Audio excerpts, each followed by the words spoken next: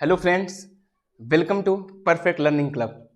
आज हम मैथ की नेक्स्ट क्लास लेने वाले हैं और आज इस क्लास में हम इस पीएलसी पे जितने मेंटर्स हैं एक नए लुक में आप सबके सामने आएंगे, क्योंकि हम लोगों की जर्सी जो है लॉन्च हो चुकी है। जैसा कि आप देख रहे हैं, फंक्शन में भी आप लोगों ने देखा था यूट्यूब पर। तो अब जितनी भी क्लासेस लगेगी, जितने भी सारे मेंटर्स हमारे पढ़ाएंगे, वो सब आपको इसी जर्सी में दिखेंगे। क्योंकि इससे क्या रहेगा कि आपको कोई दिक्कतें नहीं आएंगी। आपको लगेगा कि हाँ, हम एक ही यूट्यूब चैनल पर एक ही मेंटर्स की एक ही फैमिली से पढ़ रहे हैं, ठीक ना। तो आज हम अब मैथमेटिक्स की अपनी अगली क्लास स्टार्ट करते हैं। पिछली क्लास में आप लोगों ने कहाँ तक पढ़ा था? एडिशन ऑफ मैट्रिक्स बताया था, सब्ट्रैक्शन ऑफ मैट्रिक्स बताया था और स्केलर मल्टीप्लिकेशन बताया था। हमें लगता है आप लोगों ने खूब प्रैक्टिस किया है, सवाल को लगाया होगा, आपको कहीं दिक्कत नहीं आएगी। और खूब प्रैक्टिस करते रहिए, सवाल को सॉल्व करते रहिए। जितनी प्रैक्टिस आप करेंगे, क्वेश्चन को जितना लगाएंगे, आपको कहीं समस्या नहीं आएगी। नहीं तो अगर यहाँ से यूट्यूब से एक बार पढ़ लेंगे, उसके बाद प्रैक्टिस नहीं करेंगे, तो आपको गणित बिल्कुल ही नहीं आने वाली है, ठीक ना। जिनकी मैथ बिल्कुल ही एकदम बेसिक से वीक है, तो उनको प्रैक्टिस ज़्यादा करनी होगी। बिना प्रैक्टिस को कि आपके क्वेश्चन कुछ नहीं होने वाला है। और कैलकुलेशन भी आपकी, चलिए मान लीजिए आपने कोई भी क्वेश्चन को सॉल्व कर लिया, आंसर नहीं आया, तो इससे क्या हुआ? आपका लॉस थोड़ी ना हुआ है। इससे क्या हुआ? आपकी कैलकुलेशन स्ट्रांग हो जाएगी। कैलकुलेशन तो कुछ ना कुछ आपको गेन उससे मिल जाएगा। तो आज हम जिस टॉपिक पर चर्चा करने वाले हैं, जो टॉपिक आज हम स्टार्ट करने वाले हैं, वो हमारा टॉपिक है आज मल्टीप्लिकेशन ऑफ मैट्रिक्स। और ये बहुत इंपॉर्टेंट टॉपिक है मैट्रिक्स में, क्योंकि अभी जितने सारे आगे चैप्टर्स आपको मिलेंगे, जितने सारे कॉन्सेप्ट आपको आगे मिलने वाले हैं, ये अगर जिसको नहीं आया वो मैट्रिक्स सॉल्व नहीं कर पाएगा, ठीक ना। तो इस टॉपिक को अच्छे से समझना, और इसीलिए आज केवल एक ही टॉपिक में पढ़ाऊंगा आपको, मल्टीप्लिकेशन ऑफ मैट्रिक्स। इस पे कुछ क्वेश्चंस लगवाऊंगा, ताकि आप लोग जब क्लास ओवर हो, देखकर खूब प्रैक्टिस कर लेना। नेक्स्ट वीडियो में जब हम आएंगे अगला टॉपिक लेकर के, आपको फिर ये इसमें दिक्कत नहीं आनी चाहिए मल्टीप्लिकेशन ऑफ मैट्रिक्स में। और इसमें बहुत सारे बच्चे सिली मिस्टेक्स कर देते हैं। तो चलिए स्टार्ट करते हैं। कुछ आपके सामने लिखा है, देखिए पहले इसको हम समझते हैं ये चीज़ है क्या, फिर हम आएंगे डायरेक्टली। तो भी हम बता सकते हैं मल्टीप्लिकेशन ऑफ मैट्रिक्स है क्या। चीजों को पहले हम समझते हैं, मल्टीप्लिकेशन ऑफ मैट्रिक्स है क्या। देखिए इसमें कह रहा है, suppose Meera and Nadeem are two friends. Meera और नदीम दो फ्रेंड्स हैं। हिंदी में भी बोल रहा हूं, जो हिंदी मीडियम्स के हैं इसलिए ना समझिए कि इंग्लिश में लिखा है। अगर आप चाहते हैं हिंदी में लिखना तो आप कॉपी में नोट्स कर सकते हैं, जो मैं लैंग्वेज बोल रहा हूं, ठीक। मीरा और नदीम दो फ्रेंड्स हैं, ठीक।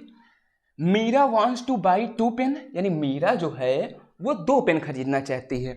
And 5 story book, 5 story book, ठीक। While Nadeem needs 8 pen and 10 story book. मतलब ये कह रहा है कि मीरा और नदीम दो फ्रेंड्स हैं। Meera wants to buy 2 pen, Meera 2 pen खरीदना चाहती है। And 5 story book, 5 story book. While जबकि Nadeem needs 8 pen and 10 story book. अभी क्या कह रहा है? They both go to a inquire about the rates which are quoted as follows. अब उनको ये जो पेन और स्टोरी बुक खरीदना चाहते हैं, वो दोनों शॉप पर जाते हैं और इनके रेट के बारे में जानना चाहते हैं, ठीक। तो 2, 5, 8, 10, देखिए आप मैट्रिक्स पढ़ रहे हैं, तो इसलिए जितने भी डिजिट्स आपको लिखेंगे वो मैट्रिक्स में लिखें, रो और कॉलम में मिलेंगे। और ये चीजें आप पहले ही पढ़ चुके हो। यहां पे लिखा है रिक्वायरमेंट्स, यानी रिक्वायरमेंट्स का मतलब मीरा को कितने चाहिए? 2 पेन और 5 स्टोरी बुक। यानी ये बता रहा है कि 2 पेन और 5 स्टोरी बुक को शो कर रहा है। अब Nadeem needs 8 pen and 10 story book. Nadeem को 8 पेन चाहिए और 10 स्टोरी बुक चाहिए। अब यहाँ पे प्राइस इन रुपीज में दिया है, यानी इन दोनों का प्राइस यहाँ पे मैट्रिक्स में दिया है, ठीक। 5 और 50। अब मनी नीडेड इन रुपीज, अब कितने रुपए की उन दोनों को जरूरत पड़ेगी खरीदने के लिए। देखिए ये किसका है? ये बता रहा है पेन का, और ये बता रहा है स्टोरी बुक का। यानी एक पेन का कॉस्ट कितना? 5 रुपीज, और एक स्टोरी बुक का कॉस्ट कितना है? 50 रुपीज, ठीक है ना। ये बात समझ में आई? तो अब ये क्या किया गया? 2 को 5 से गुणा किया गया, प्लस 5 को 50 से गुणा किया, यानी 260 रुपए आ गया। किसके लिए? मीरा के लिए, ठीक। यानी मीरा को इन दोनों को खरीदने के लिए कितने रुपए देने पड़ेंगे? 260 रुपए। इसी प्रकार नदीम के लिए 8, वो कितना खरीदना चाहता था? 8 पेन और 10 स्टोरी बुक, तो 8 को 5 से गुणा करेंगे प्लस इसी प्रकार 50 को 10 से मल्टीप्लाई करेंगे, हमारा 540 आ जाएगा। यहां कुछ समझ में आया कि नहीं आया?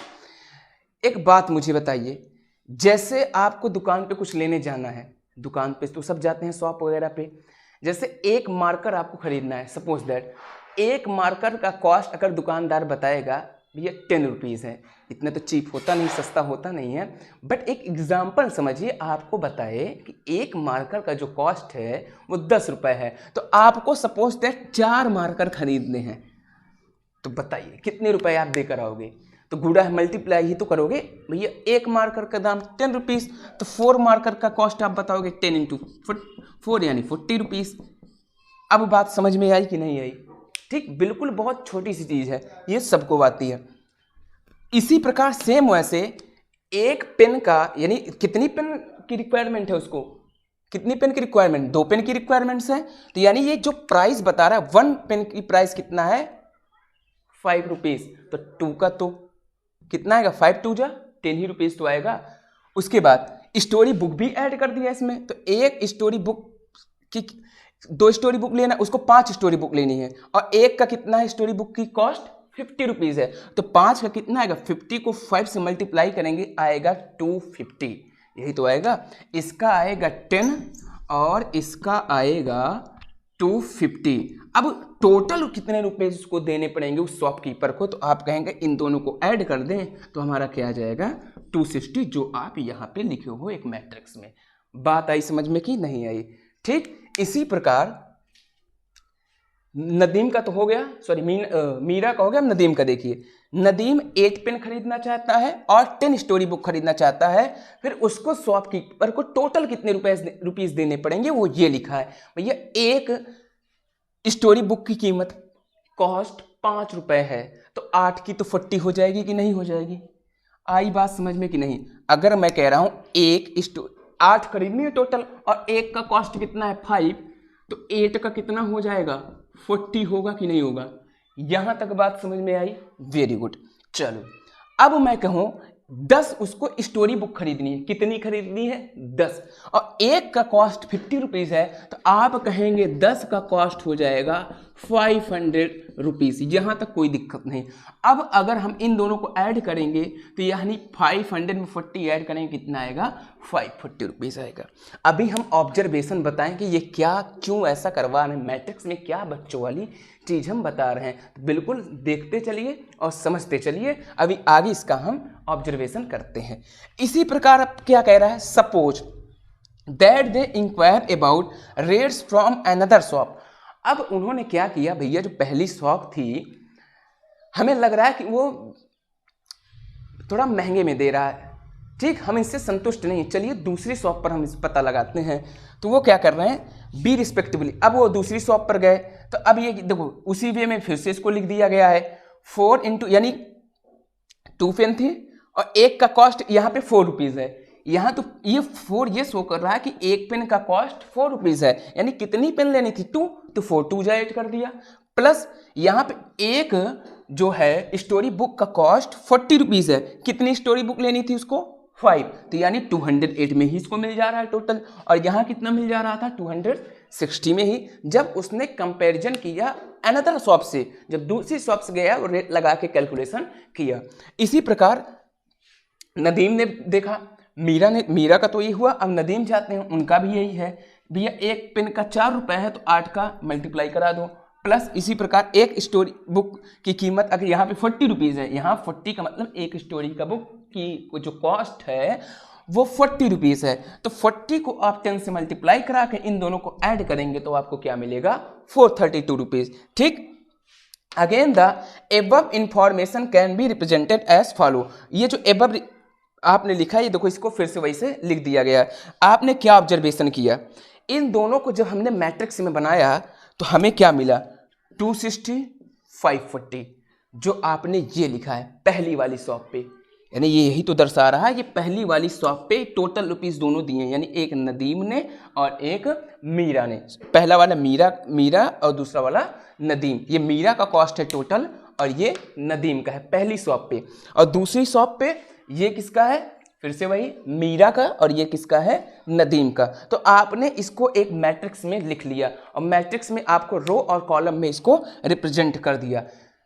मीन्स आपने जैसे एडिशन का मैंने एग्जांपल लिया था, मैट्रिक्स बनाया था ऐड करके, तो आपने वहाँ पे रो और कॉलम का कॉन्सेप्ट समझना था कि number of row equal to number of columns, addition matrix में जो हम करते हैं। अब मल्टीप्लिकेशन में भी ऐसा हम कुछ करने वाले हैं, इसलिए हमने इस एग्जाम्पल को लिया है। यहाँ तक बात आपको समझ में आई कि नहीं आई? यानी आपने एक छोटे से एग्जाम्पल से मैट्रिक्स को समझ रहे हैं, एक छोटे से एग्जाम्पल से।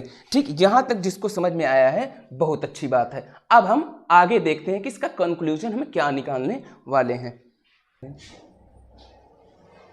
देखो, अब हमने क्या ऑब्जर्व किया उसको देखते हैं।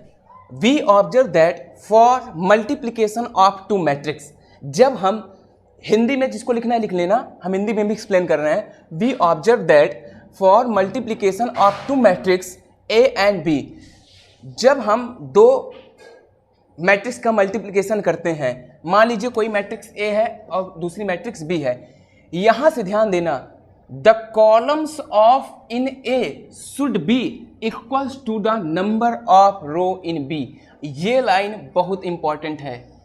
ये जो लाइन आपको दिख रही, जो मैं अंडरलाइन कर रहा हूं यहां तक, फिर से सुनना।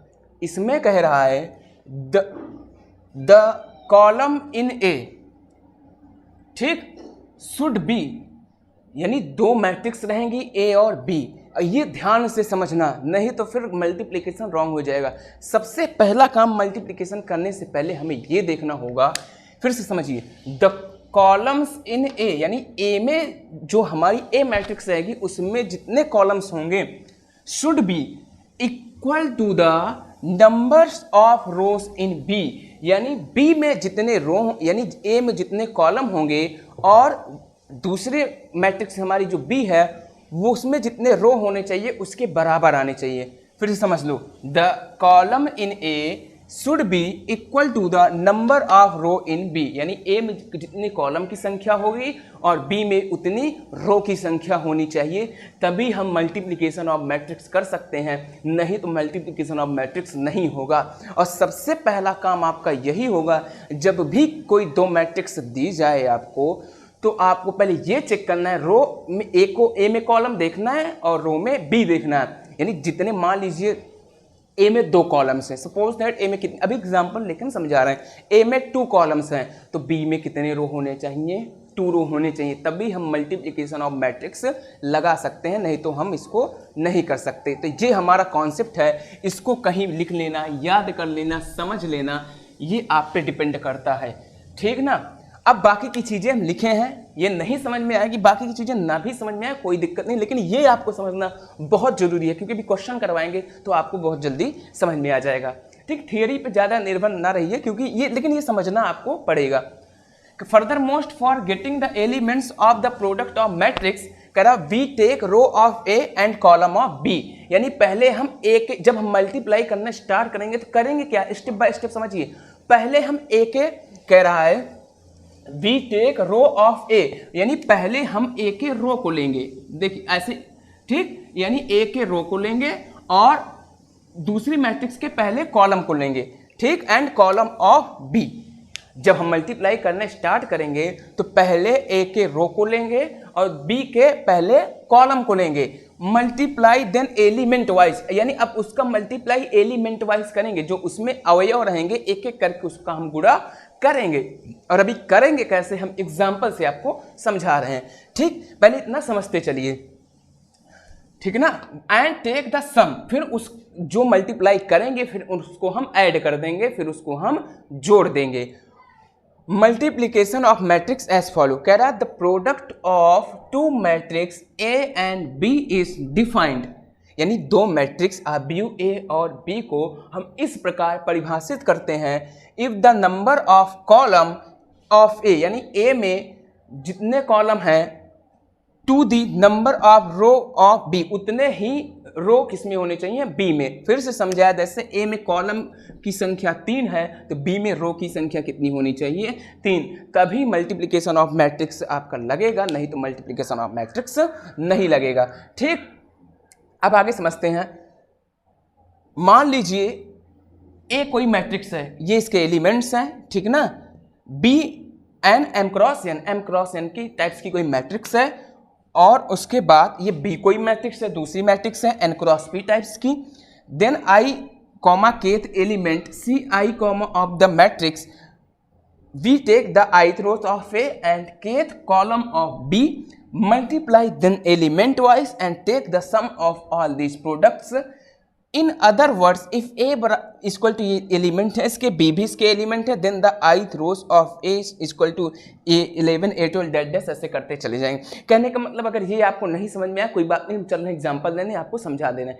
इसमें यही कह रहा है कि पहले तो आपने यही समझा number of columns in A equal to number of rows in B होना चाहिए। उसके बाद हम पहले रो को लेंगे जो ए मैट्रिक्स रहेगी, उसके बाद जो बी में मैट्रिक्स है उसके पहले कॉलम को लेंगे, फिर दोनों के एलिमेंट वाइज हम मल्टीप्लाई करा के सम करते जाएंगे, फिर जो रिजल्ट आता जाएगा वही हमारा मल्टीप्लिकेशन ऑफ मैट्रिक्स हो जाएगा। यही पूरा इसमें लिखा है। तो अब हम एक दो एग्जाम्पल हम आपको करवाते हैं। ठीक, जैसे एक एग्जाम्पल ले रहे हैं, देखिए, देखो हमने ये आपको बताया था कि ऐसे क्वेश्चन को सॉल्व करने से पहले थियरी में यही तो हमने समझा था कि पहले जो रो है, पहली मैट्रिक्स का जो रो है उसका मल्टीप्लाई कराएंगे हम जो पहला कॉलम है मैट्रिक्स बी में। यानी हम ऐसे लेंगे, यानी पहले हम पहले वाले रो को लेंगे, फिर दूसरी मैट्रिक्स के पहले वाले कॉलम से मल्टीप्लाई कराएंगे, और फिर उनके ईच एलिमेंट यानी प्रत्येक अवयव से गुणा करा के उसका क्या कर देंगे, सम कर देंगे। यहाँ पे देखिए ऐसे इसलिए मैं अलग क्यों लिख रहा हूँ ताकि आपको ये समझ में आ जाए। तो यहाँ पे पहला रो क्या है, 1 मैट्रिक्स ए का -1 और 2 मल्टीप्लाई किससे कराना है, जो बी में आपका कॉलम होगा उससे मल्टीप्लाई कराएंगे। यानी बी में कॉलम क्या है, 2 -1 और 5। अब यहाँ पे एक एलिमेंट, 2 एलिमेंट, 3 एलिमेंट, 1 2 3 3 एलिमेंट है। यहाँ पे एलिमेंट क्या है, 2 -1 और 5। अब हम एक एक एलिमेंट को क्या करेंगे, मल्टीप्लाई करेंगे। यानी पहले 1 का मल्टीप्लाई किस में कराएंगे, 2, तो 2 का यानी 1 का किस में मल्टीप्लाई कराएंगे, 2 में। उसके बाद हमने क्या कहा था, सम करते जाएंगे जितने मल्टीप्लाई आएंगे, ठीक ना। तो हम सम का साइन लगा देंगे। अब ये गलती यहाँ पे ना करना कि इस 2 का इस -1 में करा देना, ठीक ना, इस 2 का -1 में करा देना, फिर इसी 2 का 2 में करा देना। ईच वहां पे आपने थियरी में पढ़ा था कि ईच एक ही बार में ईच एलिमेंट से मल्टीप्लाई कराएंगे। यानी आपने 2 को 1 से कराया, अब अगला एलिमेंट क्या है इसका, -1। इस कॉलम में अगला एलिमेंट क्या है, -1, यानी इस -1 का अब इस -1 में कराएंगे। तो यहाँ पे साइन का भी ध्यान रखना, इसको यहाँ लिख लेते हैं, 1 × 2 प्लस -1 × -1, फिर प्लस का साइन लगाएंगे। अभी हमारा ये भी हो गया, ये भी हो गया, ये भी हो गया और ये भी हो। अब बचा कौन, जे एलिमेंट बचा और जे एलिमेंट बचा। अब इस एलिमेंट का मल्टीप्लाई हम इससे कराएंगे, यानी 2 × 5। अब इन तीनों को मल्टीप्लाई करके क्या कर देंगे, इसका हम सम कर देंगे। तो देखिए 1 का 2 से कराएंगे 2, प्लस -1 का -1 में होगा तो 1 आ जाएगा, ठीक, प्लस 2 और 5 का होगा 10 आ जाएगा। यानी यहाँ से 2 1 3 10 13 आ रहा है। यानी कि जब आपने पहले रो को और इसमें सेकंड मैट्रिक्स में पहले कॉलम को मल्टीप्लाई कराया तो आपका जो रिजल्ट आया वो 13 आया। अभी इसको मैं अलग करके लिख रहा हूँ, हालांकि ऐसे आपको नहीं करना, ये समझने के लिए मैं आपको बता रहा हूँ, ठीक ना। अब ऐसे देखिए आपने क्या किया, पहले रो को पहले कॉलम से कराया। अब ध्यान देना, अब फिर इस दूसरे रो को पहले कॉलम से मल्टीप्लाई कराना है। हमने पहला काम क्या किया, पहले रो को पहले कॉलम से कराया। अब ध्यान देना, जो हमारा दूसरा रो है उसको हम फिर से पहले कॉलम से करवाएंगे। तो पहले दूसरा रो क्या है उसको हम ऐसे लिख लेते हैं, 0 3 4, और दूसरा कॉलम क्या, पहला कॉलम क्या है, 2 -1 5। फिर से वही काम करेंगे, फर्स्ट एलिमेंट का फर्स्ट में यानी 2 × 0, 3 का -1 से कराएंगे तो आ जाएगा 3 × -1, प्लस 4 का 5 में कराएंगे आ जाएगा 4 × 5। तो आपका आएगा 2 का 0 में 0, प्लस माइनस ये माइनस हो जाएगा, प्लस 20। यानी आप जब इसको सब्ट्रैक्ट करेंगे तो आपका आंसर क्या आएगा, 17। यानी आपने पहले रो को पहले कॉलम से कराया, फिर दूसरे रो को पहले कॉलम से कराया, तो आपको रिजल्ट मिला क्या 13 और 17। अब सेम इसी तरह से इसको नोट कर लेना, इसको इरेज कर रहा हूं, इसको नोट कर लेना। अब इसको सेम इसी तरह से दूसरे रो को लेंगे, देखना इसे, दूसरे रो को ले करके हम पहले कॉलम से करा, पहले रो से सॉरी दूसरा कॉलम लेकर के हम पहले रो से कराएंगे, फिर दूसरा रो लेकर के इस दूसरे मैट्रिक्स के दूसरे कॉलम से करवा देंगे, ठीक है ना। ध्यान से समझिए, इसको हम यहाँ साइड में लिख ले रहे हैं, देखो ऐसे समझना। अब दूसरा ये देखिए, पहला रो क्या है 1 -1 2, और दूसरा कॉलम क्या है दूसरी मैट्रिक्स का 7 1 4। अब इसको पहले एलिमेंट को पहले से कराओगे 7 -1 का 1 में कराओगे तो आ जाएगा -1, यानी ऐड करोगे तो माइनस का साइन आएगा। फिर 2 का 4 में कराओगे 8 यानी +8, आपका आ जाएगा 7 1 6 +8 आ जाएगा आपका 14। बात समझ में आ रही कि नहीं? बिल्कुल बेसिक सा बता रहा हूं। अगर अब भी जिसको नहीं समझ में आ रहा है तो थोड़ा पढ़ने की ज़रूरत है, थोड़ा वर्क पे ज़्यादा ध्यान दीजिए, प्रैक्टिस पे ध्यान दीजिए, क्योंकि इससे इजी मेथड आपको कोई नहीं समझा सकता, ठीक ना। अब इसके बाद इस वाले रो को किससे कराएंगे? सेकंड मैट्रिक्स के सेकंड कॉलम से। तो यहां लिख दे रहे हैं, समझते चलिएगा, मैं बिल्कुल ध्यान देना, 0 3 4, ये बिल्कुल समझाने के लिए ऐसे बना, करना ऐसे नहीं है।